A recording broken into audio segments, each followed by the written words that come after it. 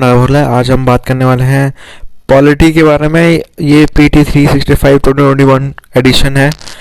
यहाँ पे मैंने 6 लेक्चर कवर कर रखे हैं। अभी 7th लेक्चर है जो आपकी स्क्रीन पे है। Important constitution statutory executive bodies है न्यूज़ में। तो अभी नेशनल रिक्रूटमेंट एजेंसी जो है यूनियन कैबिनेट रिसेंटली अप्रूव करा है setting up of national recruitment agency, जो कि इंडिपेंडेंट बॉडी है और ये कंडक्ट करती है एग्जामिनेशन जो गवर्नमेंट जॉब्स के लिए होती है। ठीक है, की फीचर्स क्या है? NRA कंडक्ट करेगा कॉमन एलिजिबिलिटी टेस्ट जो कि होता है recruitment for non gazetted post जो गवर्नमेंट और पब्लिक सेक्टर बैंक्स में होती है। NRA एक सोसाइटी रजिस्टर होती है अंडर सोसाइटीज रजिस्ट्रेशन एक्ट और इसको हेड करेगा चेयरपर्सन या chairman of the rank of the secretary of government of the government of India. ठीक है, इसमें जो रिप्रेजेंटेटिव्स होंगे वो मिनिस्ट्री ऑफ रेलवे के होंगे, मिनिस्ट्री ऑफ फाइनेंस के होंगे, SSC के होंगे, RRB के होंगे और IBPS के होंगे। ठीक है, CET जो होगा मतलब हर साल में 2 बार होगा। डिफरेंट लेवल से होंगे, जो ग्रेजुएट के होंगे, 12th पास के होंगे, 10th पास के होंगे। फैसिलिटेट करेगा रिक्रूटमेंट जो वेरियस वैकेंसीज पे होते हैं। इनिशियली जो CET है वो कंडक्ट करा जाता है 3 एजेंसी के द्वारा, RRB, IBPS, SSC, पर ये लेटर एक्सटेंड कर दिया है फॉर फ्यूचर रिक्रूटमेंट्स। एग्जामिनेशन जो होंगे 12 लैंग्वेजेस में होंगे और CET जो है फर्स्ट लेवल होगा जहाँ पे शॉर्टलिस्ट करेंगे कैंडिडेट को और यहाँ पे जो स्कोर है वो वैलिड रहेंगे 3 साल तक के लिए। ठीक है, एडवांटेज क्या है NRA का? पहले हम देख लेते हैं स्टूडेंट्स का, फिर इंस्टीट्यूशन का देख लेंगे। पहला है कि स्टूडेंट्स के लिए फ़ायदा ये है, रिड्यूस करता है मल्टीपल एग्जामिनेशन, इंकरेज करता है वुमेन को कि वो हर डिस्ट्रिक्ट में जा सकते हैं क्योंकि सेंटर ऑफ एग्जामिनेशन उनके लिए सही हो जाएगा। और यहाँ पे रिड्यूस करता है बर्डन ऑफ फी जो होती है मल्टीपल एग्जाम में, आप सिंगल एग्जाम में ही दे रहे होते हो। और जैसे मान लो आपने प्रीलिम्स दे दिया, जो इनिशियल जो एग्ज़ाम होगा तो उसके मार्क्स कंसिडर कर जाएंगे हर में। ठीक है, 3 साल तक की वैलिडिटी होती है इसमें जो लिखा था।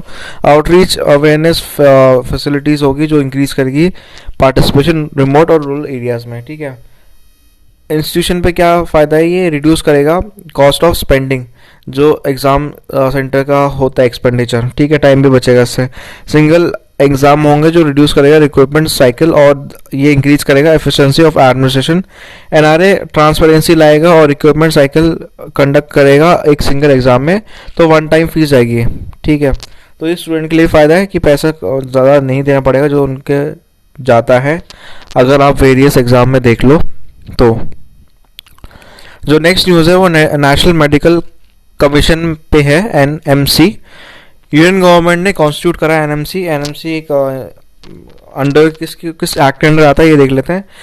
NMC एक्ट 2019 के अंडर ये एक्ट रिप्लेस करेगा MCI को, मेडिकल काउंसिल ऑफ इंडिया को, जो कि एक कंट्रीज का मेडिकल एजुकेशन रेगुलेटर है। ठीक है, इश्यूज क्या है MCI के साथ कि poor regulation of under graduate और पोस्ट ग्रेजुएट कोर्सेज है, लैक ऑफ अकाउंटेबिलिटी है, एलिजिड करप्शन है। प्रोवाइड करता है मेडिकल एजुकेशन सिस्टम जो इंश्योर करता है availability of adequate and high quality medical personnel. Adoption होता है latest medical research, medical professionals. Periodic assessment होता है मेडिकल इंस्टीट्यूशन पे।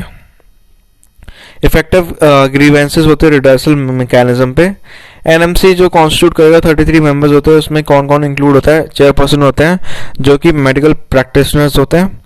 10 एक्स ऑफिशियो मेंबर्स होंगे जिसमें प्रेसिडेंट आएंगे अंडर ग्रेजुएट का और post graduate medical education boards का। जनरल क्या होते हैं? हेल्थ सर्विसेज के होते हैं। Director general of health services है, director general Indian council of medical research है।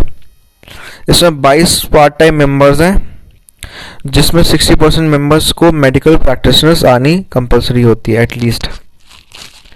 मेडिकल एडवाइजरी काउंसिल क्या है? अंडर दिस एक्ट जो सेंट्रल गवर्नमेंट है कॉन्स्टिट्यूट करेगा मेडिकल एडवाइजरी काउंसिल। ये काउंसिल एक प्राइमरी प्लेटफॉर्म के थ्रू एक्ट करेगा जहाँ पे स्टेट्स और यूनियन टेरिटरीज पुट फॉरवर्ड कर सकते हैं अपने व्यूज कंसर्न जो एनएमसी के बिफोर है। फर्दर जो काउंसिल है एडवाइस करेगा एनएमसी को कि वो मेजर ले सके, डिटरमाइन कर सकते, मेंटेन कर सके मिनिमम स्टैंडर्ड्स जो मेडिकल एजुकेशन का है।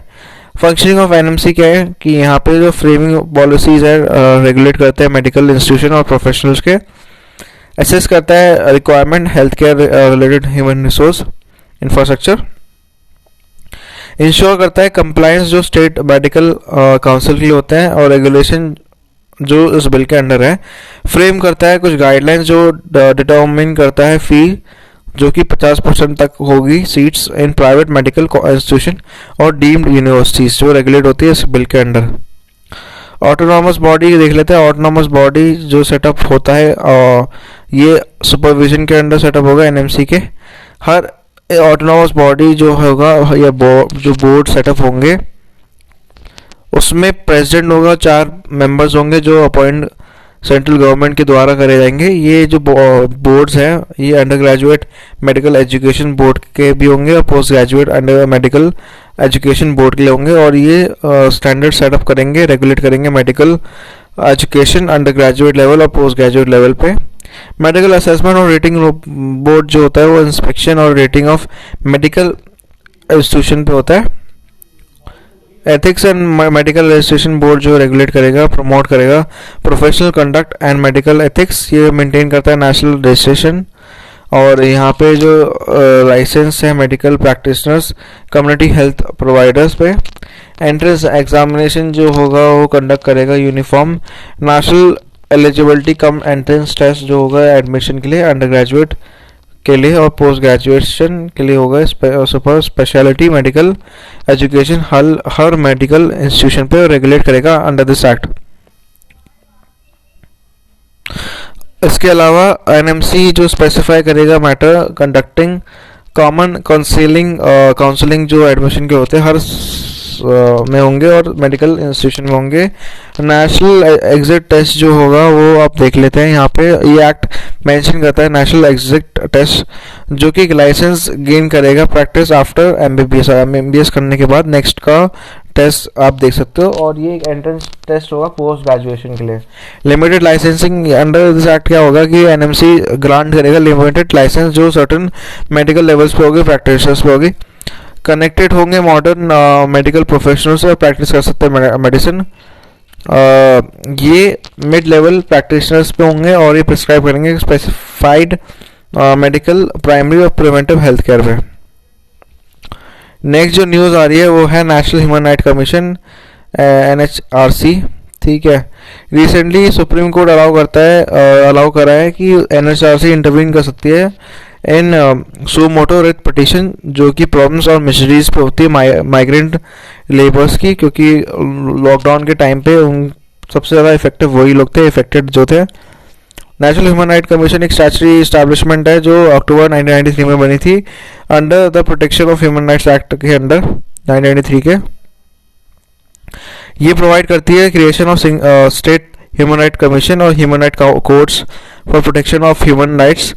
फंक्शंस ऑफ पावर क्या है इनके? एनएचआरसी जो इन्वेस्टिगेशन करती है grievances regarding the violation of human rights करती है, या तो सुओ मोटो या उसके बाद कोई रिसीव करिए पिटिशन, ये मैटर को देख सकती है ह्यूमन राइट वायलेशन के with in 1 year of its occurrence. ये ट्रांसफर नहीं कर सकते जुडिशल प्रोसीडिंग। ये इन्वॉल्व करते हैं कोई भी एलिगेशन जो वायलेशन ऑफ ह्यूमन राइट्स के लिए होती है और ये विजिट करते हैं जेल में या कोई भी इंस्टीट्यूशन में ताकि वो चेक करे कि जो स्टेट गवर्नमेंट है कैसे लिविंग कंडीशन है और रिकमेंडेशन देती है। रिव्यू कर सकती है, सेफगार्ड प्रोवाइड करती है कॉन्स्टिट्यूशन के अंडर। कोई भी law protection of human rights ये रिकमेंड कर सकती है अप्रोप्रिएट रेमेडियल मेजर्स। ये रिकमेंड करती है पेमेंट ऑफ कंपनसेशन और डैमेजेस, बट इसके पास पावर नहीं होती है पनिश करे वायलेटर्स को ह्यूमन राइट्स के। और यहाँ पे अवार्ड नहीं देते कोई भी रिलीफ इंक्लूडिंग मॉनेटरी रिलीफ या विक्टिम्स को। ये अंडरटेक कर सकती है, प्रमोट कर सकती है रिसर्च किसी भी फील्ड ऑफ ह्यूमन राइट्स में। इसके पास पावर होती है सिविल कोर्ट पे, और ये ग्रांट कर सकती है इंटीरियम रिलीफ पे। सबमिट करता है अपना ये annual report president of India को, जिसका कॉज ले डाउन होता है each house of the parliament में। रिसेंटली पार्लियामेंट जो पास कर रहा है protection of human rights amendment 2019, ये ब्रिंग करता है ट्रांसपेरेंसी सिलेक्शन प्रोसेस में, और जो कि होता है चेयरपर्सन और members of national human rights commission पे। ठीक है, यहाँ पे प्रोविजन देख लेते हैं। जो ओरिजिनल एक्ट था और अमेंडमेंट जो 2019 का था, जो composition of national human rights commission का क्या है 1993 में, कि जो चेयरपर्सन होगा एनएचआरसी का वो सुप्रीम कोर्ट का चीफ जस्टिस होगा। यहाँ पे 2 पर्सन होंगे जिनके पास नॉलेज होगी ह्यूमन राइट कमीशन की, और वो अपॉइंट होंगे मेंबर्स एनएचआरसी के। इस एक्ट के अंदर जो चेयरपर्सन होंगे वेरियस कमीशन, जैसे national commission for scheduled tribes, ST, women के, और या कोई भी वो हो सकते हैं। अमेंडमेंट क्या है 2019 का, ये अमेंडमेंट प्रोवाइड करता है कि जो पर्सन है वो चीफ जस्टिस होगा सुप्रीम कोर्ट का या जज होगा सुप्रीम कोर्ट का। ठीक है, तो जज भी इंक्लूड है इसमें। जो ब्लैक में पॉइंट है वो इम्पोर्टेंट है, वो चेयरपर्सन होंगे नेशनल ह्यूमन राइट कमीशन के। ये अलाउ करता है 3 मेंबर्स के कि वो अपॉइंट हो, और एटलीस्ट उसमें से एक वुमेन हो। वुमेन एम्पावरमेंट की बात कर रहे हैं। प्रोवाइड करता है चेयर पर्सन किस किस के, नेशनल कमीशन बैकवर्ड क्लासेस के लिए। यहाँ पे जो ब्लैक बोल्ड में है वो इम्पोर्टेंट है, प्रोटेक्शन ऑफ चाइल्ड राइट्स का भी, और chief commission for person with disability. Chairperson का देख लेते हैं। यहाँ पे चेयरपर्सन जो होगा स्टेट ह्यूमन राइट कमीशन का, वो चीफ जस्टिस होगा हाई कोर्ट का। ठीक है, 2019 का अमेंडमेंट में यहाँ पे सेम है, बस हाई कोर्ट का जज भी आ जाते हैं जो चेयरपर्सन बन सकते हैं। टर्म ऑफ ऑफिस में जो एक्ट है ये बताता है जो चेयरपर्सन होंगे नेशनल ह्यूमन राइट कमीशन या स्टेट ह्यूमन राइट कमीशन के, वो अपना ऑफिस होल्ड करेंगे 5 साल के लिए, और ये till the age of 70 years तक होंगे, whichever is earlier. Further ये एक्ट अलाउ करता है रीअपॉइंटमेंट रीअपॉइंटमेंट मेंबर्स के लिए जो नेशनल ह्यूमन राइट कमीशन होंगे या स्टेट ह्यूमन राइट कमीशन के होंगे 5 साल के लिए। रिड्यूस करता है टर्म ऑफ ऑफिस जो 3 ईयर्स के लिए होते हैं, और till the age of 70 whichever is earlier. Remove करता है 5 ईयर लिमिट का फॉर रीअपॉइंटमेंट। ठीक है, यहाँ पे आप समझ सकते हो कि यार ये जो यूटी का है ये प्रोवाइड करता है सेंट्रल अमेंडमेंट जो बात कर रहा है 2019 का, ये प्रोवाइड करता है सेंट्रल गवर्नमेंट को कि वो स्टेट ह्यूमन राइट कमीशन पे कोई फंक्शंस अगर वो डिस्चार्ज नहीं कर रहे यूटी पे तो वो कर सकते हैं। Function related to human right जो केसेस में होते हैं दिल्ली के, वो भी डील करेंगे national human right commission. Next जो न्यूज़ है वो है CVC which is central vigilance commission. बहुत ही इंपॉर्टेंट न्यूज़ है ये। अभी उनने पब्लिक सजेशन दिया है मिनिस्ट्रीज को जो कि सिस्टमैटिक चेंजेस पर बात करती है और सजेशन देती है प्रिवेंटिव विजिलेंस को focus rather than punitive vigilance approach पे। ठीक है, ये एक्सरसाइज पहली बार ऐसी कुछ हुई है जहाँ पे सिस्टमैटिक इम्प्रूवमेंट लाया जा रहा है वेरियस मिनिस्ट्रीज पे। ठीक है, सीवीसी के बारे में जान लेते हैं। सीवीसी ये पूछा जा सकता है 1964 में आया था। ये किस रिकमेंडेशन पे आया था? संतनातम कमेटी की रिकमेंडेशन में आया था जो एडवाइस करती है, गाइड करती है सेंट्रल गवर्नमेंट एजेंसी को जो कि होती है फील्ड ऑफ विजिलेंस पे। यहाँ पे 2003 की बात करूँ तो ये ग्रांट करता है स्टैट्यूटरी स्टेटस, और जो सीवीसी है मल्टी मेंबर बॉडी है जो कि कॉन्स्टिट्यूट करती है CVC which is central vigilance commission chairperson not more than 2 vigilance commissioners. ये अपॉइंट होती है प्रेसिडेंट के द्वारा जो कि रिकमेंडेशन होती है 3 मेंबर कमेटी में जो कॉन्स्टिट्यूट करता है प्राइम मिनिस्टर जिसको उसका हेड होगा, और यूनियन मिनिस्टर होगा होम अफेयर्स का, और लीडर ऑफ ऑपोजिशन होगा लोकसभा का। इंटीग्रिटी पैक्ट क्या है? रिसेंटली जो है इंटीग्रिटी पैक्ट जो बना था उसमें सीवीसी ने अमेंड करा है स्टैंडर्ड ऑपरेटिंग प्रोसीजर। ये अडॉप्ट करता है इंटीग्रिटी पैक्ट जो गवर्नमेंट ऑर्गेनाइजेशन में होती है फॉर प्रोक्योरमेंट एजेंसी, और ये रिस्ट्रिक्शन लाती है maximum tenure of integrity external monitors, और ये 3 इयर्स तक लाती है ऑर्गेनाइजेशन में। ठीक है, इंटीग्रिटी पैक्ट क्या है? ये एक विजिलेंस टूल है जो इन्विसाज करता है एग्रीमेंट जो कि होता है प्रोस्पेक्टिव के बीच में, वेंडर्स, बिडर्स और बायर्स। कमिट करता है बोथ द पार्टीज की वो एक्सरसाइज ना करे कोई करप्ट इन्फ्लुएंस या कोई भी एक्सपेक्ट ऑफ कॉन्ट्रैक्ट। इसका जो इम्प्लीमेंटेशन होता है अश्योर्ड होता है इंडिपेंडेंट एक्सटर्नल मॉनिटर्स पे, और ये पीपल वो होते हैं जो अनइम्पीचेबल होते हैं, इनकी जो इंटीग्रिटी होती है। 10 आईपी जो है बहुत लीगल डॉक्यूमेंट और प्रोसेस पे होता है, ये अडेप्टेबल होता है बड़े सारे लीगल चेंजेस पे या लीगल सेटिंग्स पे। आईपी जो डेवलप हुआ था ट्रांसपेरेंसी इंटरनेशनल पे हुआ था 1990s पे, तो ये ज़्यादा इम्पोर्टेंट बन जाता है इसी वजह से। लॉ कमीशन की बात करते हैं। Law commission again very important for prelims 2021। यहाँ पे 22nd लॉ कमीशन जो कॉन्स्टिट्यूट हुआ था सेंट्रल गवर्नमेंट के द्वारा हुआ था।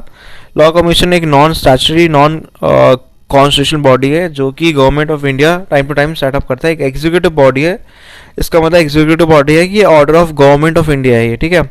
लॉ कमीशन का जो रेफरेंस दिया गया है वो सेंट्रल गवर्नमेंट के द्वारा दिया गया है, ये सुओ मोटो हो जाता है। ये बेसिकली रिसर्च करता है लॉ पे या जो भी एग्जिस्टिंग लॉ है इंडिया पे, ताकि उनको रिफॉर्म करे और नया लेजिस्लेशन लाए।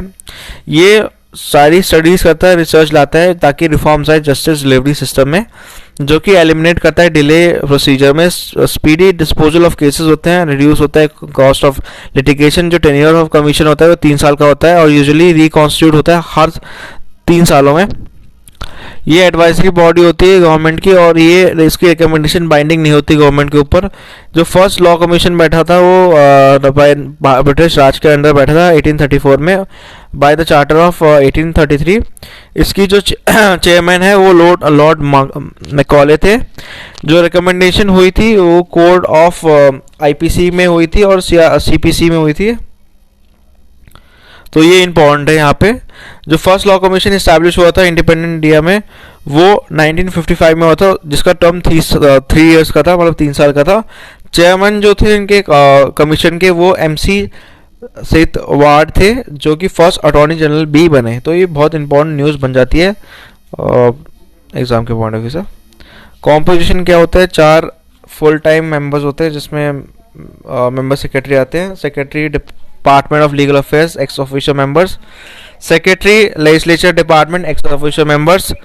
नॉट मोर देन 5 पीपल जो होंगे पार्ट टाइम के, ठीक है। National crime record bureau. National crime record bureau crime in India 2019 का रिपोर्ट जो रिलीज हुई है उसके हिसाब से बताता है। ये एक जो बॉडी है सेटअप हुई थी 1986 में, फंक्शन करती है इंफॉर्मेशन जो क्राइम और क्रिमिनल्स पे होंगी ताकि वो असिस्ट करे इन्वेस्टिगेशन लिंकिंग क्राइम और परपेचुएटर्स पे। ये रिकमेंडेड हुई थी टंडन कमेटी पे और बड़ी सारी कमीशन बने थे, जैसे नेशनल पुलिस कमीशन बने थे 1977 और MHA टास्क फोर्स में बने थे। NCR भी इंटरेस्टेड होता है रिस्पॉन्सिबिलिटी के साथ कि वो मॉनिटर करे, कोऑर्डिनेट करे, इम्प्लीमेंट करे क्राइम और criminal tracking network and system project. NCRB का जो हेडक्वार्टर्स है नई दिल्ली में है और ये पार्ट है ये पार्ट है मिनिस्ट्री ऑफ होम अफेयर्स का, ठीक है। मिनिस्ट्री ऑफ होम अफेयर्स के अंडर आता है ये। इसका हेडक्वार्टर्स न्यू दिल्ली में, ये इंपॉर्टेंट है। जो फर्स्ट एडिशन आया था इसका क्राइम इन इंडिया वो 1953 में आया था। लेटेस्ट जो रिपोर्ट आई इसकी 2019 में आई है, ठीक है। जो रिपोर्ट कैप्चर करता है क्राइम्स कौन से रजिस्टर्ड है IPC के अंडर या स्पेशल लोकल लॉज पे, और यहाँ पे जो पब्लिकेशन है ये बताती है एक्सीडेंट डेथ कितनी है, सुसाइड कितनी है, प्रिजनर स्टेटस क्या है, फिंगरप्रिंट्स क्या है और रिपोर्ट्स क्या है मिसिंग वुमेन्स और चिल्ड्रंस पे। की ऑब्जेक्टिव क्या है इसका कि ये क्लियर हाउस करता है इंफॉर्मेशन क्राइम और क्रिमिनल्स पे जो कि नेशनल और इंटरनेशनल लेवल पे हो रहे हैं, स्टोर करता है, कोऑर्डिनेट और डिसेमिनेट करता है इंफॉर्मेशन, प्रोवाइड करता है ट्रेनिंग फैकल्टीज जो पर्सनल और क्राइम रिकॉर्ड्स ब्यूरो की होती है। ये फंक्शन करता है नेशनल स्टोरेज ऑफ फिंगरप्रिंट। ये एडवाइस करता है सेंट्रल और स्टेट गवर्नमेंट को जो कि फिंगरप्रिंट और फुटप्रिंट्स पे होते हैं। कुछ ट्रेंड्स देख लेते हैं। क्राइम अगेंस्ट वुमेन इंक्रीज हुआ है 7.3% से फ्रॉम 2018 टू 2019, ये यूपी में टॉप हुआ है। उसके बाद राजस्थान और महाराष्ट्र है। साइबर क्राइम इंक्रीज हुआ है 63.5% से। क्राइम अगेंस्ट शेड्यूल्ड ट्राइब्स और ST बढ़ा है बहुत ज़्यादा। क्राइम अगेंस्ट चिल्ड्रन भी बढ़ा है 4.5% से 1.6% इंक्रीज हुआ है रजिस्ट्रेशन ऑफ केस। और ऑफेंसेस अगेंस्ट द स्टेट ये डिक्रीज हुआ है 11.3% से। ठीक है, लास्ट जो पार्ट है इसको हम देख लेते हैं और फिर लेक्चर को ओवर करते हैं। Committee on content regulation in government advertising CCRGA ये सेटअप हुआ था सेंटर के वजह से, और ये किसके डायरेक्शन पे थे? सुप्रीम कोर्ट के डायरेक्शन पे थे, जो कि लुक करते हैं content regulation government funded advertisement हर मीडिया प्लेटफॉर्म में। ये एम्पावर करता है, एड्रेस करता है कंप्लेंट्स फ्रॉम जनरल पब्लिक, और ये सुओ मोटो कॉग्निशन लेता है वायलेशन अगर होती है सुप्रीम कोर्ट की गाइडलाइंस पे, content regulation of government advertising and make recommendations. Recently कहा जाता है जो स्टेट है वो सेटअप नहीं होते हैं सिमिलर कमिटी में, और जो कंटेंट रेगुलेशन है या मैंडेट बाय स्टेट है वो कंटेम्प्ट ऑफ सुप्रीम कोर्ट के ऑर्डर पे है। BOC bureau of outreach and communication ministry of information and broadcasting ने इशू करा है ड्राफ्ट पॉलिसी गाइडलाइंस जो कि इम्प्लीमेंट होते हैं सोशल मीडिया प्लेटफॉर्म पे, जिनमें ब्यूरो ऑफ आउटरीच और कम्युनिकेशन जो सेंटर पेड आउटरीच कैंपेन्स होते हैं ये सेटअप हुआ है 2017 में। इसमें जो इंटीग्रेशन होता है erstwhile director of advertising and visual publicity DAVP, यहाँ पे डायरेक्टर ऑफ फील्ड पब्लिसिटी भी है DFB, और सॉन्ग और ड्रामा डिवीजन भी है SNDD। मैंडेट जो है ब्रांडिंग होती है गवर्नमेंट की एज अ प्राइम फैसिलिटेटर जो कि पीपल्स एम्पावरमेंट और posting of message through print audio visual outdoor digital media to realise the same. ठीक है, यहाँ पे आप देख लो कि नेशनल फिल्म डेवलपमेंट कॉरपोरेशन जो है NFDC कैबिनेट ने अप्रूव करा है merger of 4 films media units with the national film development corporation. NFDC जो है सेंट्रल पब्लिक सेक्टर अंडरटेकिंग है, ये इनकॉर्पोरेट हुई थी 1975 में। इसका प्राइमरी ऑब्जेक्टिव ये है कि प्लानिंग और प्रमोट करता है organise efficient integrated development of Indian film industry. Other merge films और बड़ी सारी मीडिया उसके बारे में बात कर लेते हैं। फिल्म डिवीजन हुई थी 1948 में जो क्रिएट करती है प्राइमरी प्रोड्यूस करने के लिए डॉक्यूमेंट्रीज, और न्यूज़ एजेंसीज जो पब्लिसिटी होती है गवर्नमेंट प्रोग्राम्स की ये कीप करती है चेक किस पे? Cinematic records human Indian history पे। चिल्ड्रंस फिल्म सोसाइटी जो फाउंड हुई थी 1955 में, तो स्पेसिफिक ऑब्जेक्टिव था इनका प्रोवाइड करने का कि चिल्ड्रंस और यंग पीपल जो थे वैल्यू बेस्ड एंटरटेनमेंट होता है through medium of films. National film archives जो है इंडिया के एस्टैब्लिश है 1964 में। इसका जो प्राइमरी ऑब्जेक्टिव है वो एक्वायर करता है, प्रिजर्व करता है Indian cinematic heritage. Directorate film festival जो है सेटअप हुए थे 1973 में, जो प्रमोट करते हैं इंडियन फिल्म्स और कल्चरल एक्सचेंज को। ठीक है, यहाँ तक की न्यूज़ थी। नेक्स्ट में हम इस लास्ट पार्ट को, लास्ट जो लेक्चर है उसमें पॉलिटी PT 365 को ख़त्म कर देंगे। तब तक के लिए लाइक शेयर सब्सक्राइब करें, मेरे एफर्ट्स को बताइए सब्सक्राइब करके। Thank you.